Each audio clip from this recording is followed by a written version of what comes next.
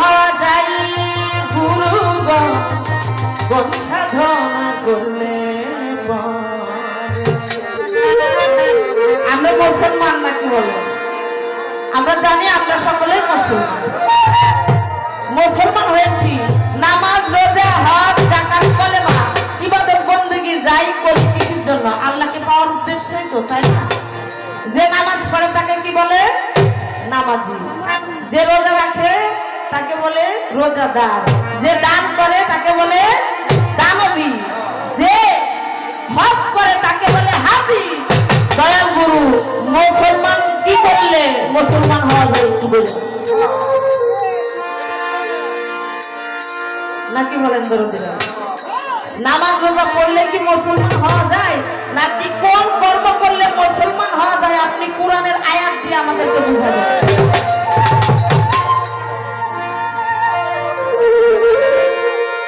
কোন সাধনা করলে আল্লাহ প্রাপ্ত হওয়া যায় কোন সাধনা করলে আল্লাহ প্রাপ্ত হওয়া যায় কোন সাধনা করলে আল্লাহ প্রাপ্ত হওয়া যায় সাধনায় আল্লাহ মিশা যায় গুরু কোন সাধনায় আল্লাহর সাথে মিশা যায় ওই কোন সাধনা করলে আল্লাহ প্রাপ্ত হওয়া যায় কোন সাধনা করলে আল্লাহ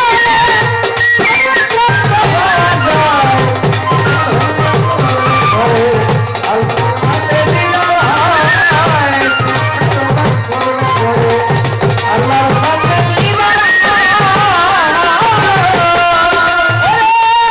আকার বলিতে খোদা ছড়াতে নিষেধ ছড়া আকার দেহে নিরাকারে কিভাবে মিলন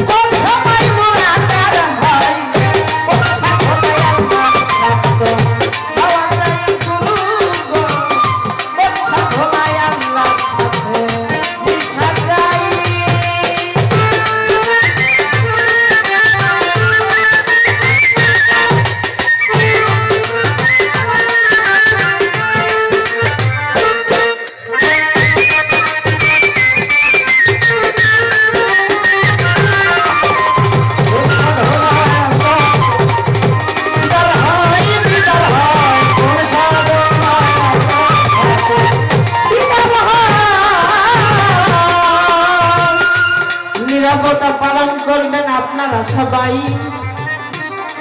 অদূরেতে বসায় আছে আমার সাধু গুরু মহাশয়। কোন সাধনায় আল্লাহ প্রাপ্ত হওয়া যায়, কোন সাধনায় আল্লাহর সাথে মেশা যায়, কোন সাধনা গেলে আমি আমার সেই প্রেমময় স্রষ্টার সাথে আমি সাক্ষাৎ করতে পারবো, আমি বুঝতে পারবো। সেই সাধনাটা কি? আকার বলিতে খোদা সরাতে নিষেধ ছাদা, আকার দেহে নিরাকারে কিভাবে মিলন হয়। ছোট যখন কথা বলবো, কোরআনের মধ্যে সূরা ইখলাসে বলেছেন আমার আল্লাহ লা শারীকা লাহু, তাহার কোনো আকার নাই, বডি নাই, কিছুই নাই। আমার আল্লাহ কাউকে জন্ম দেয় নাই, তিনিও জন্ম নেয় নাই। তাহলে আমার আল্লাহ হলো নিরাকার আর আমরা মানুষ আকার, নাকি বলেন দরকার? আমার এই নিরাকারের সাথে আমার এই আকার দেহটা আমি কিভাবে মিলন করব, মানে মিশে যাব? আমার কথাগুলো কি ক্লিয়ার ভাবে বোঝা যাচ্ছে? কোরআনেতে কয় নূর হয় আল্লাহ, কারে বলে মুতাজাল্লা, নূরে আল্লাহ নূরে নবী, সেই নূরের বসতেই মানব এবং আমার আল্লাহ বলেছেন এই পৃথিবীর মধ্যে যারা ওলি আউলিয়া গাউস কুতুব আছেন তারা হলো আল্লাহর বন্ধু। ওলি আউলিয়া তারা কখনো মরে না, মৃত্যুবরণ করে না, তারা আল্লাহর বন্ধু। তাহলে নূরে আল্লাহ নূরে নবী, সেই নূরের বসত এই মানব দেহে কোন জায়গায় হয়? এবং আমার ওলি আউলিয়া যারা আল্লাহর বন্ধু হয়ে গেছে, যাদের মৃত্যু নাই, যাদের মৃত্যু নাই তাদের ভয়ও নাই, তাহলে কোন কর্ম করলে সেই আল্লাহর সাথে বন্ধুত্ব করা? মুমিনের মেরাজ হয় সালাতে, ভক্তের মেরাজ কোন জায়গাতে? কোন অজুদে থাকে আল্লাহ, কারে দেখে প্রাণ জুড়ায়। আচ্ছা লাতুল মেরাজুল মুমিনের না, যারা মুমিন হয়ে যায় ওই নামাজের মধ্যে আল্লাহর সাথে সাক্ষাৎ হয়। কি বলেছে? মেরাজ অর্থ কি? মেরাজ অর্থ দেখাশোনা। এখন দেখাশোনা যদি হয়ে থাকে তাহলে এখানে আবার আল্লাহ কিন্তু আকার চলে আসছে, নাকি বলেন? আচ্ছা লাতুল মেরাজুল মুমিনের না, যারা সেই নামাজের বেলা বিশ্বাসীদের দেখাশোনা তোলাই সে ভাবলাও জেনে। তাহলে মুমিনের মেরাজ নামাজে হয়, ওই ব্যক্তির হয় যার ওই যে সাক্ষাৎ হয়, তারই হয় মেরাজ। এবং ভক্তের, আমরা যে তরিকার জগতে আছি দরদিরা, এই ভক্তের মেরাজটা কিভাবে? আর বেশি কিছু বলবো না। বাংলাদেশের সুনাম ধর্ম শিল্পী আমার দরদি, আমার দয়াল গুরু আজকে আতিয়ার সরকার সাহেব, ওনার গান গাইতে কিন্তু খাতা কলম লাগে না, উনি 12 বছর গান গেয়েই যাবে, কোনো খাতাও লাগে না, কলম লাগে না। গুরু আজকে ভালো গুরু পেয়েছি, আর খুচা দিয়ে দিয়ে ঝুলাই থেকে বের করবো, আপনারা টপ টপ করে বাড়ি যে খাবেন আর বাড়ি যে সাধনা করবেন। আশা করি আমার দরদি সুন্দরভাবে বুঝাবেন।